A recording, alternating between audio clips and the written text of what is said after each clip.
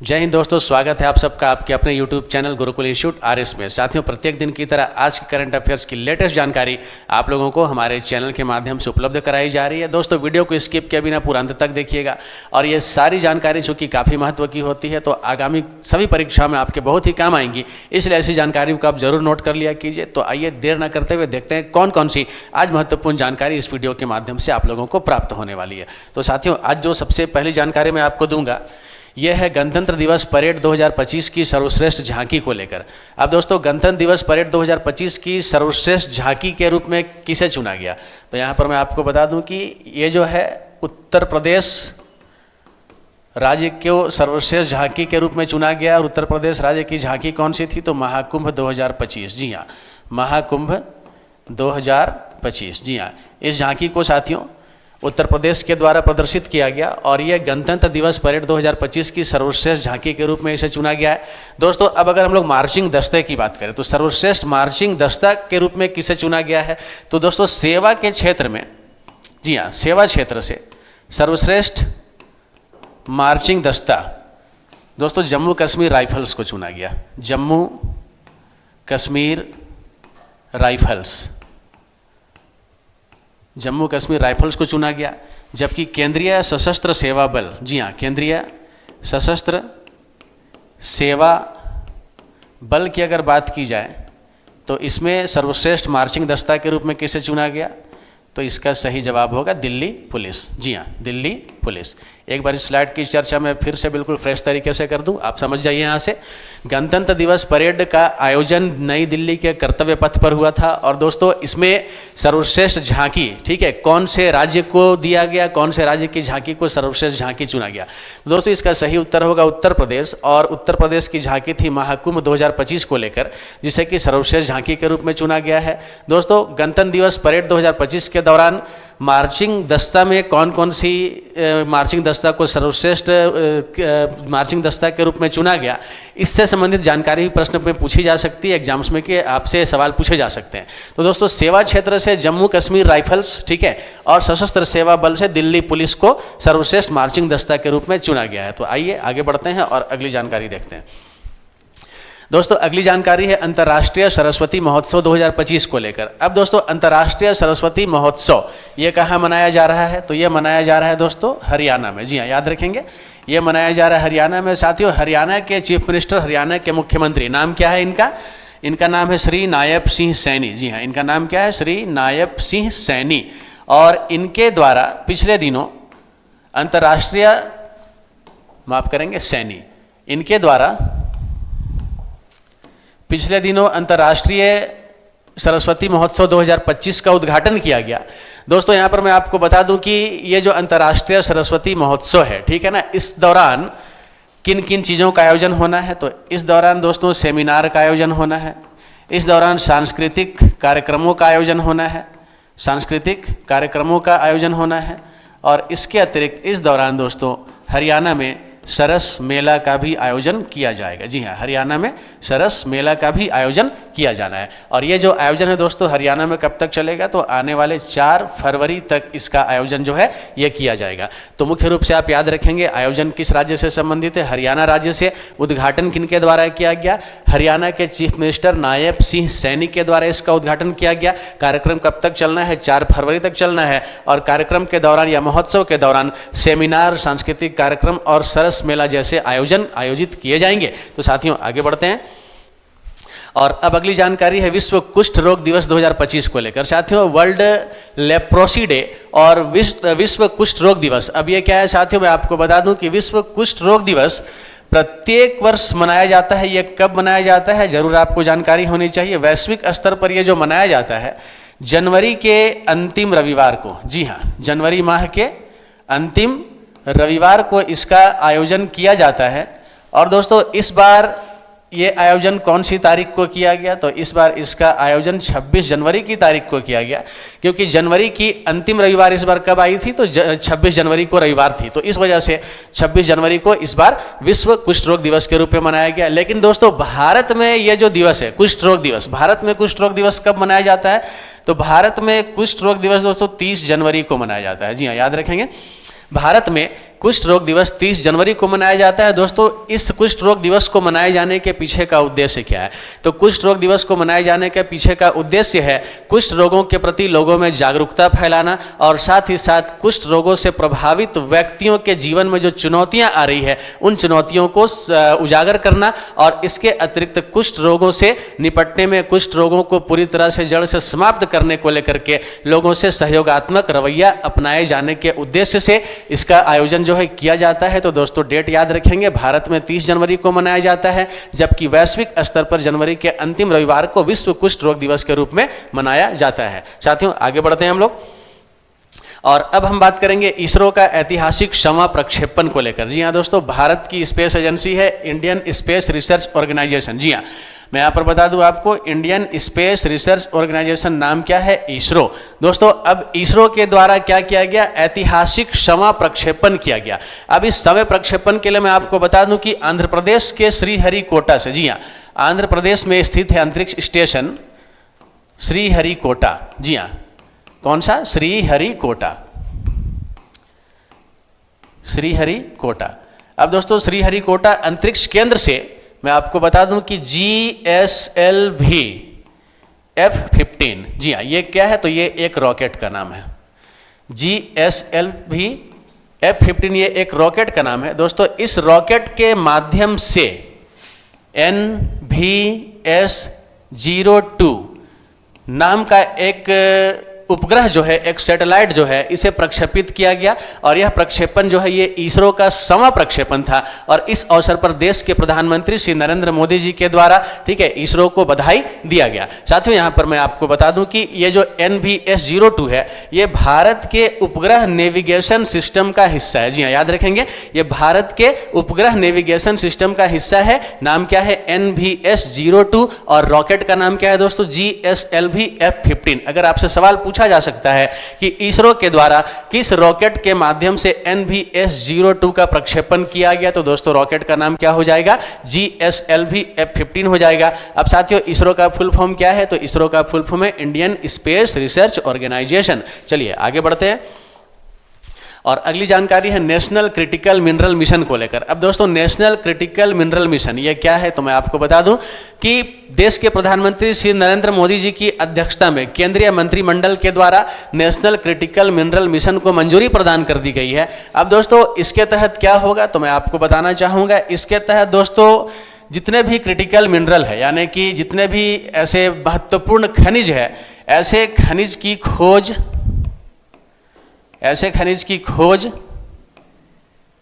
पुनर्चक्रण यानी रिसाइकलिंग, इन सब चीज़ों को बढ़ावा देने के उद्देश्य से इस मिशन की शुरुआत दोस्तों की गई है। और मैं यहाँ पर आपको बता दूं कि आगे आने वाले 7 वर्षों तक इस मिशन के लिए 34,300 करोड़ रुपए का बजट निर्धारित किया गया है। जी हाँ, इस मिशन के लिए अगले 7 वर्षों में जो बजट निर्धारित है वो कितना है? 34,300 करोड़ रुपए निर्धारित है। साथियों नाम क्या है? National critical mineral mission. चलिए आगे बढ़ते हैं और अगली जानकारी है दोस्तों, डिब्रूगढ़ होगी असम की दूसरी राजधानी। जी हाँ दोस्तों, डिब्रूगढ़ होगी असम की दूसरी राजधानी। अब यहाँ पे हम देखेंगे दोस्तों, डिब्रूगढ़ असम का एक शहर है और अब ये असम की दूसरी राजधानी बनाया जाएगा। इसकी घोषणा असम के चीफ मिनिस्टर श्री हिमंता बिस्वा शर्मा के द्वारा की गई है और इसकी घोषणा के बाद यह घोषणा की गई दोस्तों कि डिब्रूगढ़ जो है आने वाले वर्ष 2027 से, जी हाँ, आने वाले वर्ष 2027 से असम की दूसरी राजधानी के रूप में जाना जाएगा और यहाँ पर इसकी अपनी अलग विधानसभा होगी। और ये जो विधानसभा है दोस्तों आने वाले 25 जनवरी 2026 से इसके लिए नए भवन का निर्माण कार्य शुरू कर दिया जाएगा। यहाँ की नई विधानसभा भवन का निर्माण कार्य शुरू कर दिया जाएगा। तो यहाँ पे जरूर याद रखेंगे, डिब्रूगढ़ जो है वो अब असम राज्य की दूसरी राजधानी बनाया जाएगा और इसकी घोषणा राज्य के मुख्यमंत्री श्री हिमंता बिस्वा शर्मा के द्वारा की गई है। तो चलिए आगे बढ़ते हैं और अगली जानकारी है 38वें राष्ट्रीय खेलों का उद्घाटन को लेकर। साथियों पिछले दिनों 38वें राष्ट्रीय खेलों का उद्घाटन किनके द्वारा किया गया? तो दोस्तों इसका उद्घाटन किया गया प्रधानमंत्री श्री नरेंद्र मोदी जी के द्वारा। जी हाँ, प्रधानमंत्री श्री नरेंद्र मोदी के द्वारा 38वें राष्ट्रीय खेलों का उद्घाटन किया गया। दोस्तों अब इसका आयोजन कहाँ हो रहा है? तो इसका आयोजन दोस्तों उत्तराखंड में किया जा रहा है। जी हाँ, याद रखेंगे, इसका आयोजन कहाँ हो रहा है? तो इसका आयोजन उत्तराखंड में हो रहा है। अब दोस्तों उत्तराखंड में ये जो आयोजन होना है, तो उत्तराखंड के अब चीफ मिनिस्टर का क्या नाम है? तो उत्तराखंड के चीफ मिनिस्टर का नाम है पुष्कर सिंह धामी। जी हाँ, याद रखना है आपको, उत्तराखंड के चीफ मिनिस्टर का नाम क्या है? उत्तराखंड के चीफ मिनिस्टर का नाम है पुष्कर सिंह धामी। जी हाँ दोस्तों, जबकि उद्घाटन किसके द्वारा किया गया? देश के प्रधानमंत्री श्री नरेंद्र मोदी जी के द्वारा।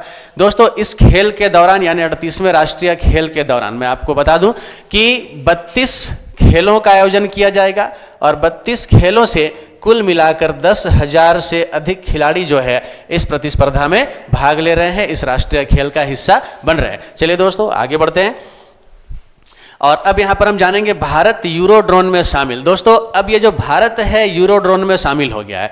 साथियों, मैं यहां पर बता दूं कि भारत जो है ये यूरोड्रोन में बतौर पर्यवेक्षक देश के रूप में शामिल किया गया। जी हाँ, यूरोड्रोन अब क्या है दोस्तों, मैं यहाँ पर आपको बताना चाहूँगा कि ये एक ऐसी परियोजना है जो 4 यूरोपियन देशों के संयुक्त प्रयास से चलाया जा रहा है। 4 यूरोपियन देशों का ये संयुक्त पहल है। अब वो देश कौन कौन से हैं, तो यहाँ पर आपको मैं जानकारी देना चाहूँगा। जर्मनी, इटली, फ्रांस और स्पेन। जी हाँ, जर्मनी, इटली, फ्रांस और स्पेन, ये 4 देशों की संयुक्त पहल है यूरोड्रोन कार्यक्रम। और दोस्तों, भारत इसमें पर्यवेक्षक देश के रूप में शामिल हुआ है। साथियों, भारत के यूरोड्रोन में पर्यवेक्षक के रूप में शामिल होने से क्या प्रभाव पड़ेगा? यूरोड्रोन तकनीक में सुधार होगा और साथ ही साथ भारत की स्वदेशी यूरोड्रोन उद्योगों को प्रोत्साहन मिलेगा, बढ़ावा मिलेगा। तो दोस्तों, एक महत्वपूर्ण समाचार और एक महत्वपूर्ण जानकारी किसी भी एग्जाम के लिए कि यूरोड्रोन में हाल ही में कौन सा देश शामिल हुआ, तो भारत शामिल हुआ। और ये कौन से देशों के द्वारा चलाया जा रहा है? तो जर्मनी, इटली, फ्रांस और स्पेन के संयुक्त पहल का एक प्रयास है। आगे बढ़ते हैं दोस्तों और अगली जानकारी क्या है यहां से देखेंगे। अब यहां से हमारा क्विज का सेक्शन शुरू हो रहा है। आप देख सकते हैं, पहला प्रश्न है, किस राज्य की झांकी को गणतंत्र दिवस परेड 2025 की सर्वश्रेष्ठ झांकी घोषित किया गया है? साथियों, इसका उत्तर मैंने आपको पहले भी बता रखा है। इसका करेक्ट आंसर क्या होगा? Option A, Uttar Pradesh. जी हाँ, उत्तर प्रदेश की झांकी महाकुंभ 2025 को सर्वश्रेष्ठ झांकी के रूप में चयनित किया गया। और आगे बढ़ते हैं, अगला प्रश्न है, अंतर्राष्ट्रीय सरस्वती महोत्सव 2025 का आयोजन किस राज्य में हो रहा है? जी हाँ दोस्तों, अब अंतर्राष्ट्रीय सरस्वती महोत्सव ये कहाँ आयोजित किया जा रहा है? तो ये आयोजन किया जा रहा है ए, हरियाणा में। जी हाँ, हरियाणा स्टेट इसका करेक्ट आंसर होगा। नेक्स्ट क्वेश्चन, वर्ष 2025 के लिए कुष्ठ रोग की थीम क्या है? हाँ साथियों, यहाँ पर एक नई जानकारी मैं आपको दूंगा। अब जैसा कि आपको मैंने बताया कि विश्व कुष्ठ रोग दिवस प्रत्येक जनवरी माह के अंतिम रविवार को मनाया जाता है, जबकि भारत में ये कब मनाया जाता है? 30 जनवरी को मनाया जाता है। और अब यहाँ पे जो सवाल है, ये सवाल क्या है? वर्ष 2025 के लिए कुष्ठ रोग की थीम क्या है? तो दोस्तों, यहाँ पर मैं आपको ऑप्शन के माध्यम से आंसर बता दे रहा हूँ। ऑप्शन बी आपका करेक्ट आंसर होगा। एकजुट होना, कार्य करना, कुष्ठ रोग को समाप्त करना। जी हाँ, एकजुट होना, कार्य करना, कुष्ठ रोग को समाप्त करना, ये इस वर्ष कुष्ठ रोग की थीम रही है। तो याद रखेंगे, ऑप्शन बी आपका करेक्ट आंसर है। क्या लिखा है आप जरूर देख लेंगे। एकजुट होना, कार्य करना, कुष्ठ रोग को समाप्त करना, अर्थात यूनाइट, एक्ट, एंड लेप्रोसी। जी हाँ, यूनाइट, एक्ट, एंड लेप्रोसी, मतलब एकजुट होना, कार्य करना, कुष्ठ रोग को समाप्त करना, ये आपका करेक्ट आंसर है। चलिए आगे बढ़ते हैं। NVS-02 उपग्रह किस उद्देश्य के लिए लॉन्च किया गया है? साथियों, अब NVS-02 उपग्रह किस उद्देश्य के लिए लॉन्च किया गया है? साथियों, मैंने आपको बताया था कि ये जो NVS-02 है, ये भारत की उपग्रह सैटेलाइट नेविगेशन सिस्टम का एक हिस्सा है। तो इसका करेक्ट आंसर होगा सैटेलाइट नेविगेशन सिस्टम। जी हाँ, सैटेलाइट नेविगेशन सिस्टम, ये इसका सही आंसर होगा, ऑप्शन बी। चलिए आगे बढ़े और अगला प्रश्न है, क्रिटिकल मिनरल मिशन की स्थापना की घोषणा किसने और कब की थी? साथियों, क्रिटिकल मिनरल मिशन की स्थापना की घोषणा किसने और कब की थी? साथियों, मैंने आपको बताया कि प्रधानमंत्री नरेंद्र मोदी जी की अध्यक्षता में क्रिटिकल मिनरल मिशन की स्थापना की घोषणा को मंजूरी दी गई। किसके द्वारा? केंद्रीय मंत्रिमंडल के द्वारा। लेकिन अध्यक्षता साथियों किसके द्वारा की गई थी? तो प्रधानमंत्री के द्वारा की गई थी। तो इसका करेक्ट आंसर ऑप्शन ए होगा, प्राइम मिनिस्टर, प्रधानमंत्री। जी हाँ, प्रधानमंत्री इसका राइट आंसर होगा। चलिए आगे बढ़ें। असम के मुख्यमंत्री हिमंता बिस्वा शर्मा ने किस वर्ष तक डिब्रूगढ़ को राज्य की दूसरी राजधानी बनाने की घोषणा की है। साथियों, अब किस वर्ष तक डिब्रूगढ़ को असम राज्य की दूसरी राजधानी बनाया जाएगा, तो मैंने इसका उत्तर आपको पहले बता रखा है। इसका करेक्ट आंसर कौन सा है? ऑप्शन सी है, वर्ष 2027 तक। जी हाँ, वर्ष 2027 तक असम राज्य का दूसरा राजधानी कौन जाना जाएगा? डिब्रूगढ़ जाना जाएगा। चलिए आगे बढ़ते हैं और अगला प्रश्न है, 38वें राष्ट्रीय खेलों का आयोजन कहाँ हो रहा है। तो साथियों, 38वें राष्ट्रीय खेलों का आयोजन कहाँ हो रहा है? तो इसका आयोजन दोस्तों उत्तराखंड में हो रहा है। कहाँ हो रहा है? उत्तराखंड में हो रहा है। अब दोस्तों यहाँ पे झारखंड ऑप्शन एक दिया हुआ है, कोई कंफ्यूजन की बात नहीं होनी चाहिए। दोस्तों झारखंड में पहला महिला हॉकी इंडिया लीग का आयोजन किया गया। ठीक है, तो झारखंड में पहला महिला हॉकी इंडिया लीग का आयोजन किया गया और ओडिशा वॉरियर्स की टीम जो है ये इस टूर्नामेंट की विजेता टीम रही। हराने का काम किसे किया? सूरमा हॉकी क्लब को हराने का काम किया। तो झारखंड में क्या आयोजन किया गया? झारखंड में दोस्तों आयोजन किया गया पहला महिला हॉकी इंडिया लीग। जी हाँ, महिला हॉकी इंडिया लीग, महिला हॉकी इंडिया लीग, इसका आयोजन झारखंड में हुआ है। विजेता टीम कौन सी रही है? तो विजेता team Odisha warriors, Odisha warriors ये विजेता टीम है। और उपविजेता टीम कौन सी है? उपविजेता, जी हाँ उपविजेता, यानी रनर टीम कौन सी रही? तो इसमें रनर टीम जो रही, रनर टीम का नाम है सूरमा हॉकी क्लब। जी हाँ, सूरमा हॉकी क्लब। तो बिल्कुल कंफ्यूजन में नहीं आना है। अब उत्तराखंड की हम लोग बात कर रहे हैं, तो उत्तराखंड में क्या आयोजित हो रहा है? तो 38वें राष्ट्रीय खेलों का आयोजन हो रहा है। चलिए आगे बढ़ते हैं और अगला प्रश्न है, यूरोड्रोन कार्यक्रम किन देशों की संयुक्त पहल है। साथियों, प्रश्न बहुत ही अच्छा है और इंपॉर्टेंट क्वेश्चन है। यूरोड्रोन कार्यक्रम किन देशों की संयुक्त पहल है? साथियों, मैंने आपको बताया है, इसका सही आंसर ऑप्शन ए होगा, जर्मनी, फ्रांस, इटली और स्पेन। जी हाँ, ये 4 यूरोपियन कंट्री है, जर्मनी, फ्रांस, इटली और स्पेन। इसके द्वारा यूरोड्रोन कार्यक्रम जो है वो ये संयुक्त पहल है। यूरोड्रोन कार्यक्रम इन चारों देशों के माध्यम से संचालित किया जा रहा है और दोस्तों भारत इसमें पर्यवेक्षक देश के रूप में शामिल होने का कार्य किया है। चलिए आगे बढ़ते हैं और ये आज का पेज आप लोगों के लिए आज का प्रश्न के रूप में। साथियों, आज का प्रश्न क्या है? भारत के एप्पल मैन नाम से प्रसिद्ध जिन्हें हाल ही में पद्मश्री पुरस्कार से सम्मानित किया गया है वह है।